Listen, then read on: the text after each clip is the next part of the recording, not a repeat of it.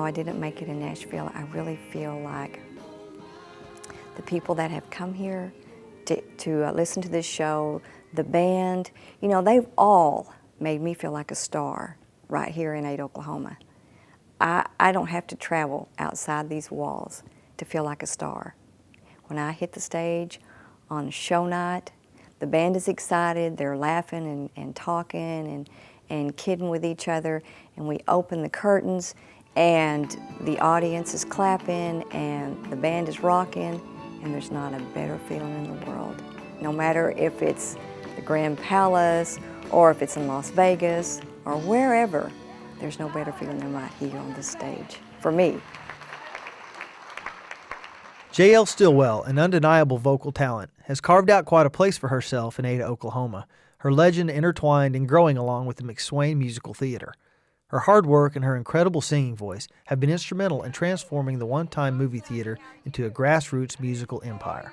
Oh, say, can you see by the dawn's early light what so proudly we hailed? Growing up here in Ada, I remember wishing that I had somewhere that I could sing, but we didn't have Opries or sit-down shows like this when I was growing up. Around here, or even I don't suppose in Oklahoma, I'm sure they probably did in Arkansas. I think they've had them there for years, Missouri, places like that. But so a young person didn't really have any place to sing unless you sang at school or at church. No place to look and say, okay, this is what I want to do with my life. If we'd have had a place like this when I was growing up, then I could have got started sooner trying to build a career in this instead of waiting until I was 27 years old to travel and start my very first audition, our very first show, which was at the Oklahoma Opry in Oklahoma City.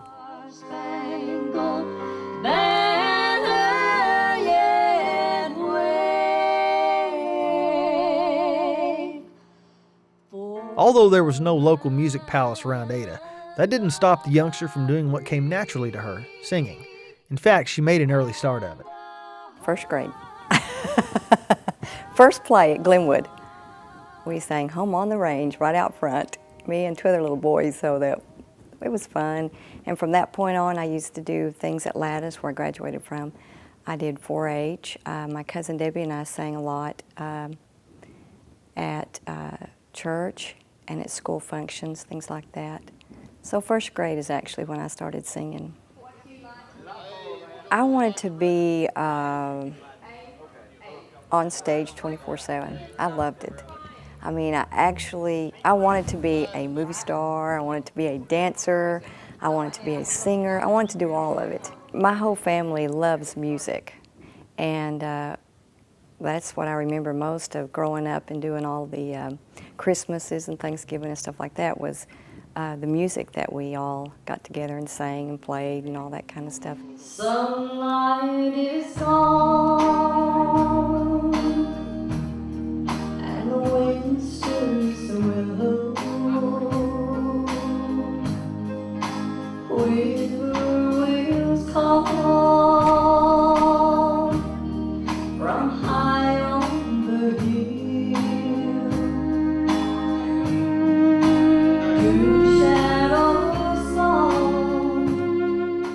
He had always wanted to have a show like this, sort of like in Branson, you know.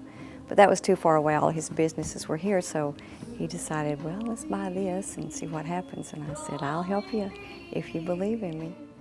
Longtime Ada businessman Paul Alford, who doubles as JL's Uncle Paul, is a music lover himself and recognized not only her singing talents, but her ability to teach, lead, and manage other people, namely other musicians. And before he bought it, he asked me would I manage it. And that was kind of nerve-wracking, you know, because you're using someone else's money and you're wanting to make a go of it. When Alford converted the old movie house into a music palace some 12 years ago, JL embraced the challenge as a labor of love. Since then, she has helped produce some of the finest live entertainment the area has ever seen, including Blake Shelton, who has gone on to become an international country music superstar. Yes, Blake was actually a regular here. when we first opened up. We had him on the show. He had been out at the Music Palace a couple of times on some shows that I did out there.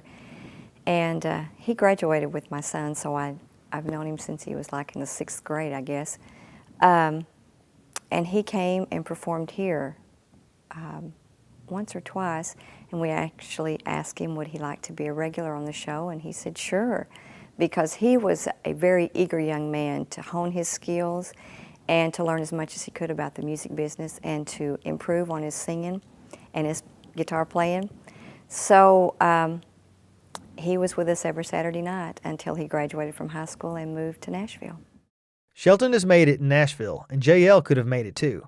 In the 1980s and 1990s, she made a go at it, and she experienced some success. But there were other factors in her life that demanded as much, if not more, attention. Well, I went out there several different times. The first few times I went out was with my cousin Debbie. We were a duet. We were known as Queen's Court. And then later years we went as Honey Creek. And then we split up and just to do our own thing. And I went as J.L. Stillwell then and pursued a solo career. We did TV and we did radio. We did some club appearances. Mayborn Axton actually took us in, and we stayed with her for a while, and she helped us.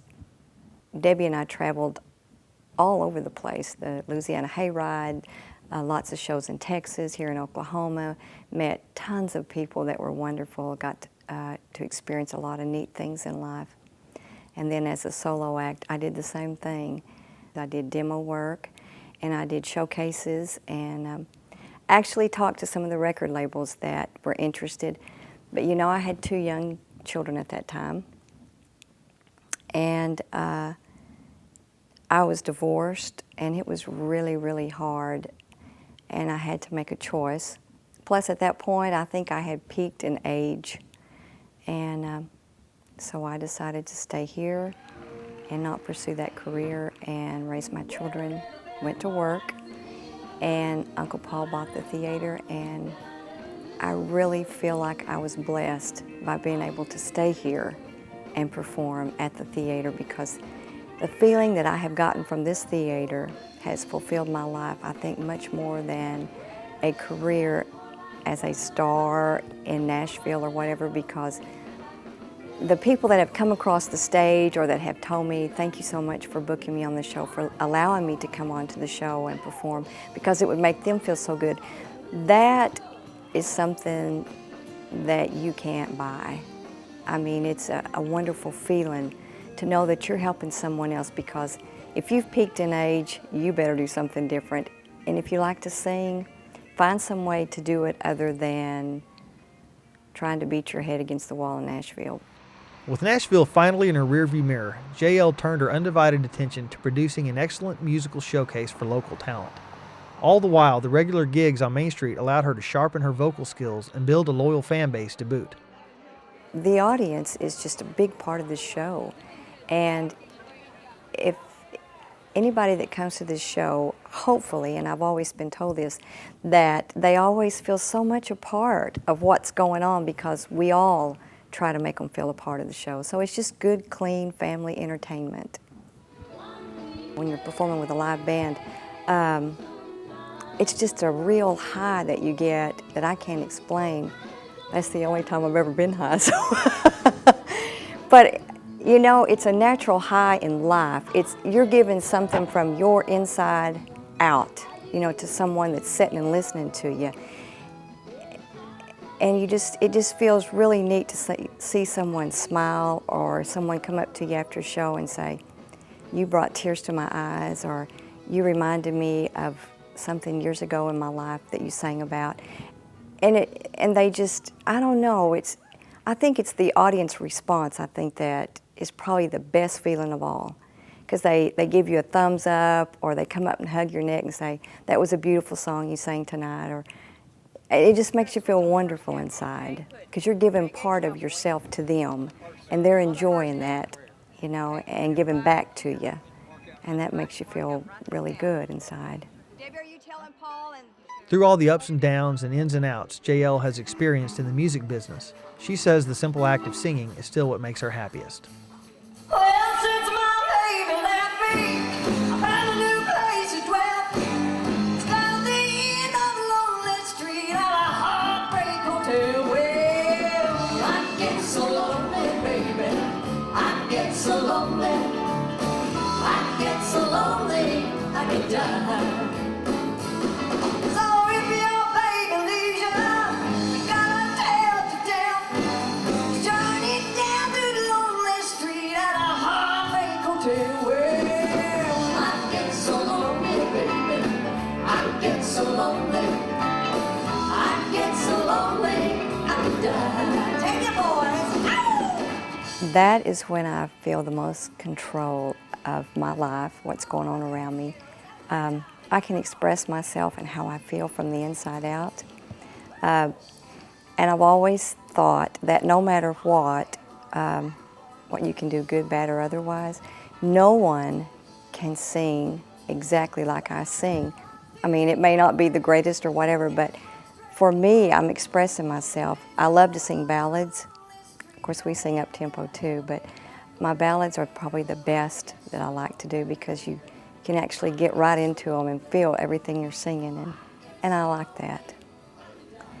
My biggest influence was Tammy Wynette. I absolutely just adored her and actually got to meet her in person at one time and sit down and talk with her, and she was a really nice lady. I loved Patsy Cline and Elvis Presley. Oh boy, you know. Back in my day, you were just in love with Elvis Presley. I don't care who you were. Those icons served as mentors for JL, and she is trying to do the same for some of the area's up-and-coming talent. Amazingly, she still makes time to provide vocal lessons for those seeking guidance. It is a wonderful feeling. It really is. That's probably one of my most favorite things in life is to teach. And teaching the young children, I really get a joy out of them. I love to teach and to watch them progress and to help them out and to know that a part of me walks out on that stage when they walk out. It's an incredible feeling. JL actually had dreams of buying the McSwain and turning part of it into a multifaceted talent school for children, where they could learn to sing, dance, play an instrument, or perform. But in 2003, the Chickasaw Nation bought the theater, promising to keep it open as a forum for local singers and musicians. In fact, the tribe plans to renovate the old structure in hopes of luring regional and even national talent to Ada. Hopefully we're going to have a lot more to offer the city of Ada and the surrounding areas once it opens back up. It's just going to be a wonderful facility when they open it back up. I mean, it's awesome now, but it is just going to be, well, Branson won't have anything over us time we get through with it here. It's really going to be a neat place to come. So if your baby leaves you, It's difficult to think of the McSwain Theater without immediately thinking of JL Stillwell. For many local performers, she has been a teacher, a mentor, and a friend. They have repaid her interest in them with a lifelong loyalty, not only to her, but also to the Little Music Palace on Ada's Main Street. I feel very fortunate to be right here in Ada, Oklahoma. I think that in years to come, Ada is really going to be a town that people all over the United States are going to hear about because of this theater, the future of it.